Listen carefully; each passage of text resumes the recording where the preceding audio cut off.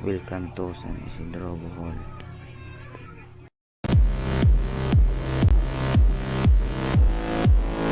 Isidro is situated on the interior part of Bohol with the neighboring towns of Antequera, Tubigon, Calape, and Catigbian. This is 32 kilometers away from Tagbilaran City. San Isidro was called Makapagaw and Agbunan. It was formally declared as a town last June 21, 1969. In celebration of its foundation day, San Isidro is celebrating its Agbunan Festival.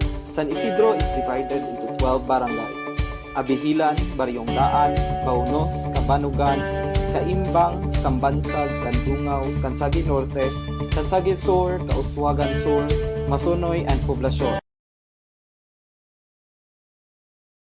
Welcome to Kilab Falls. Let's go adventure. Kilab Falls, Bohol Secret Paradise. Have you ever heard of a hidden place in Bohol, Philippines, where nature beautiful is still untouched by lot of people? That Kilab Falls tucked away in a quiet spot in San Isidro. It's like a special waterfalls with very clear water that flow gently over rocks. To get there, you take a short walk through a beautiful forest filled with tall trees and the sound of birds singing. It feels like you're in calm and peaceful world from the busy tourist spot.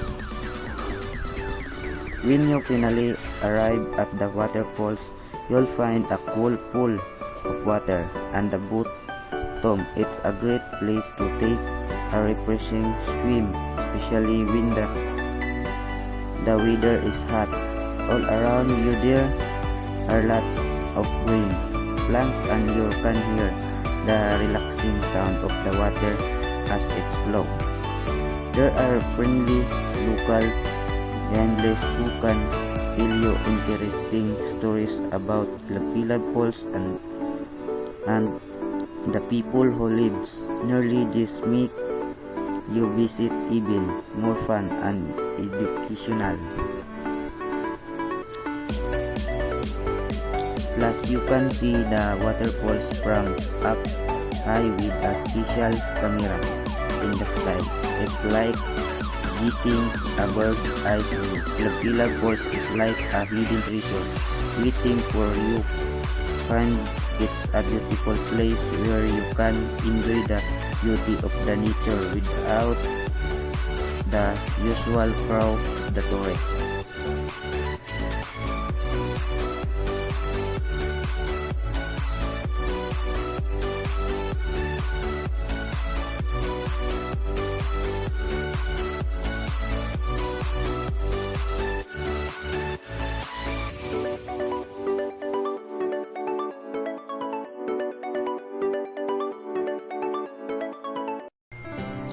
Farming is the essential job, growing crops and raising animals to provide food for people. It is an ancient practice that helps us have enough to eat. In this essay, we'll talk about why farming is important, how it has changed over time, and what challenge it faces today. Farming is super important because we get the food we need to live. Think about the fruits, vegetables, grains, and meat you eat. They all come from farm. Without farming, we would have enough food for everyone.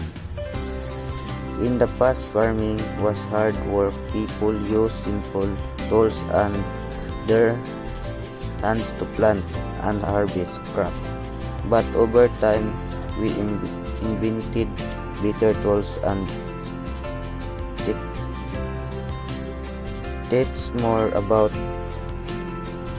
the land and plants. The made farming easier and allow us to grow more foods. Today farming is a mix of traditional and technology.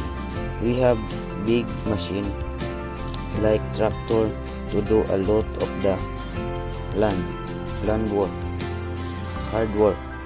We use fertilizer and pesticide to help crops grow better, but we also try to be kindly to grow better, but we also try to be kind to the environment by using sustainable practice that don't harm the land. Farming faces same big challenge today. Climate change can make weather unpredictable, affecting crops.